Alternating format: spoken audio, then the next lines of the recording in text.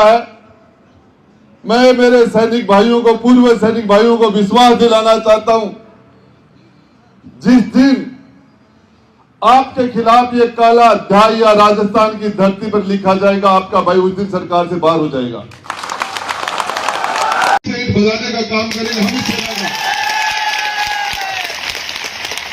हमारे पूर्व सैनिक भाई जिनकी बदौलत से व्यापारी अपना व्यापार करता है, किसान अपनी किसानी करता है, मजदूर अपनी मजदूरी करता है। सारे लोग इस देश के अंदर, माता बहन सब, वो जमाना था तब हजारों की संख्या में महिलाएं जोर कर लिया करती थी, दुश्मन अंदर घुस जाया करते थे। वो दौर भी हमने सुना है, उन जगह को जाके भी हमने जायजा लिया है। और ये आज ये भाई नहीं हो, ये सेना नहीं हो, तो आज हमारी मां बहन बेटियों को जोहर करना पड़े।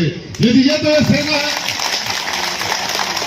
तो इसके साथ सब कुछ करो, बात करो, जम के भ्रष्टाचार करो, सब कुछ करो, लेकिन इस सेना को तो भगवान के लिए हाथ जोड़ के कहता हूं छोड़ दो। तुम्हें जो मर्जी करो, कोई तुम्हें मना नहीं करता, करो। जनता उसका जवाब टाइम पर देती रहेगी। लेकिन ये पब्लिक सब जानती है एक चीज, सांप पड़ खा के चलता है लेकिन बिल में सीधा जाता है। कम से कम एक जगह तो सीधे हो, एक जगह तो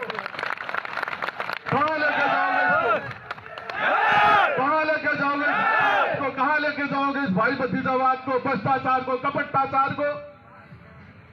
कम से कम एक सैनिक है जिसका एक रास्ता था कि मैं इस वर्दी से कभी बाहर निकलूंगा तो मैं भी सिविल सेवा के अंदर जा सकता हूं, मैं भी कभी प्रिंसिपल बन सकता हूं, मैं भी कभी फर्स्ट ग्रेड हो सकता हूं, मैं भी कभी गजेट आरएस हो सकता हूं, मैं भी आरपीएस हो सकता हूं। एक रास्ता खोला, आज उस रास्ते को वापस बंद करने की बातें कर रहे हो। हमें इससे मतलब नहीं। आप किस जाति की पॉलिटिक्स कहां से कर रहे हो, करते रहो।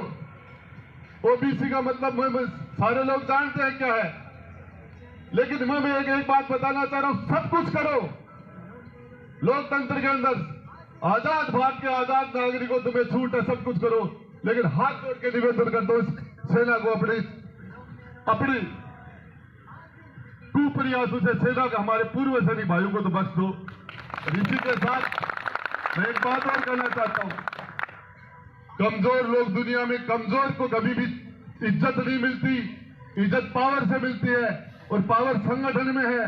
और आपने जिस तरीके से पाकिस्तान के खिलाफ आपने 47 और 65 और 71 की लड़ाई लड़ी, 62 चाइना के खिलाफ लड़ी, आतंकवाद के खिलाफ लड़ते हो, नक्सलवाद के खिलाफ लड़ते हो, तो आज शायद जरूरत पड़ गई है ऐसी कि आपको अपने सैनिक, अपने खुद के अधिकारों के लिए रोड पर आ जाना। आपका भाई आपके साथ है। जय हिंद, जय भारत। बलिदान हो गए उन माता पिता, छोटे छोटे 1-1, 2-2 साल के बच्चे।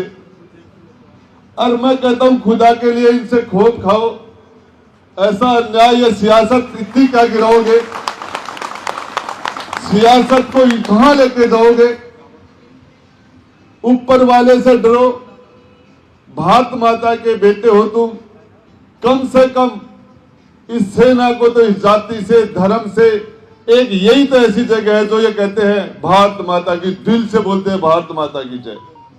और ये सेना के ऊपर पहला कुठाराघात जो अग्निपथ के रूप में, अग्निवीर के रूप में जो सेना का मूल ढांचा उसको तहस-नहस करने का किया,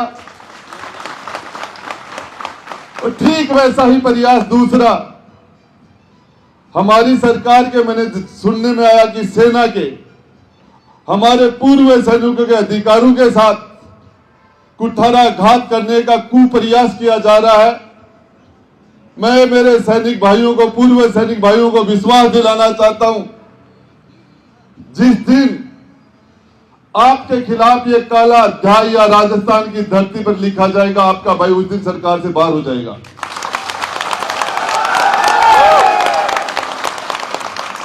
मैं कहना चाहता हूं राजस्थान के मुख्यमंत्री को, यदि ये कुठाराघात हमारे सैनिक, पूर्व सैनिक भाइयों पर किया गया, उसी दिन सरकार से बाहर जाके रिजाइन देके और आपके बीच में आके खड़ा हो जाऊंगा, लेकिन ईंट से ईंट बजाने का काम करेंगे हम इस सेना का।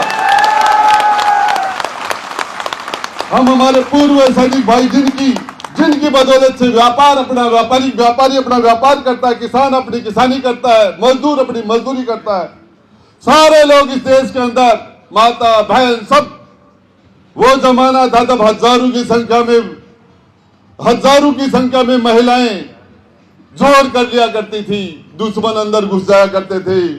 वो दौर भी हमने सुना है, उन जगह को जाके भी हमने जायजा लिया है।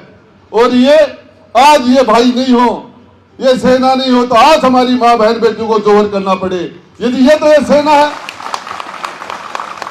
और इसके साथ सब कुछ करो, जम के जातिवाद करो, जम के भ्रष्टाचार करो, सब कुछ करो, लेकिन इस सेना को तो भगवान के लिए हाथ जोड़ के कहता हूं छोड़ दो।